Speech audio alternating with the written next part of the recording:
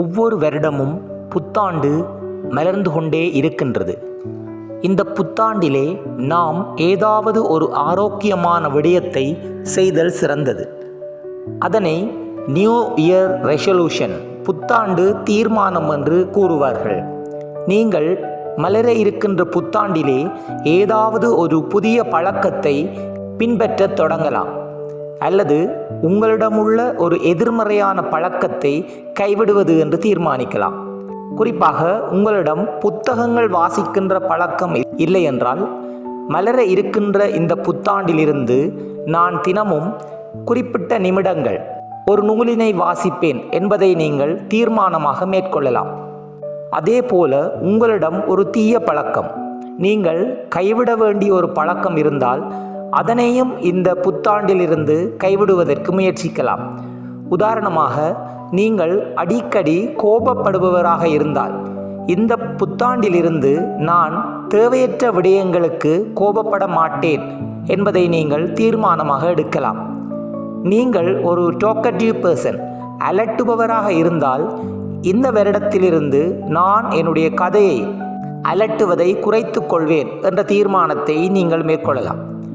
நீங்கள் சராசரியாக ஒரு நாளைக்கு 3 மணித்தியாலங்கள் தொலைபேசியை நோண்டுபவராக இருந்தால், மலர இருக்கின்ற புத்தாண்டிலிருந்து ஒரு தீர்மானமாக நான் இந்த வருடத்திலிருந்து 1 மணித்தியாலங்களே தொலைபேசியோடு இருப்பேன் என்பதை நீங்கள் தீர்மானமாக எடுக்கலாம்.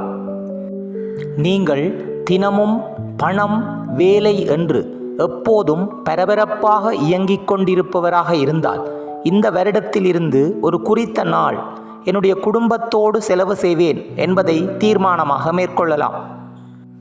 நீங்கள் ஒரு வருமானத்தை மட்டும் நம்பி வாழ்பவராக இருந்தால், இந்த புத்தாண்டிலிருந்து இன்னொரு சைட் இன்கம், ஹசில் இன்கம், அதற்குரிய ஒரு காரியத்தில் நீங்கள் இறங்கலாம். உங்களிடம் ஏதாவது ஒரு திறமை இருந்தால் அதை கொண்டு நீங்கள் பகுதி நேர வேலை ஒன்றை தேடிக்கொள்ளலாம். இதற்கு ஜப்பானிலே இவ்வாறு ஒரு புதிய பழக்கத்தை ஏற்படுத்தி கொள்வதற்கென்று ஒரு முறையுண்டு. அதை 1 மினிட் ஹைசன் என்று கூறுவார்கள். நாங்கள் புதிதாக ஒரு பழக்கத்தை ஏற்படுத்துவது என்பது அவ்வளவு சாதாரண விடயம் அல்ல. குறிப்பாக புத்தகம் வாசிக்க வேண்டும் என்பதை நீங்கள் பழக்கமாக ஏற்படுத்துவதென்றால், முதலில் தினமும் ஒவ்வொரு நிமிடமும் புத்தகம் வாசிப்பதை வழக்கப்படுத்தி கொள்ள வேண்டும்.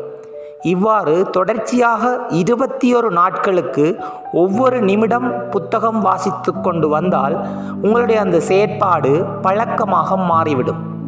இதுவே 1 மினிட் ஹைசன் என்ற ஜப்பானிய நூலில் குறிப்பிடப்படுகின்ற விடயமாகும்.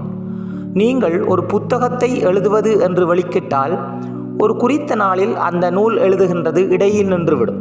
அவ்வாறு இருக்க, தினமும் நான் ஒரு பக்கத்தை எழுதுவேன் என்பதை நீங்கள் தீர்மானமாக மேற்கொண்டால், வருடத்தில் 365 பக்கங்களை உங்களால் எழுதி முடிக்க முடியும்.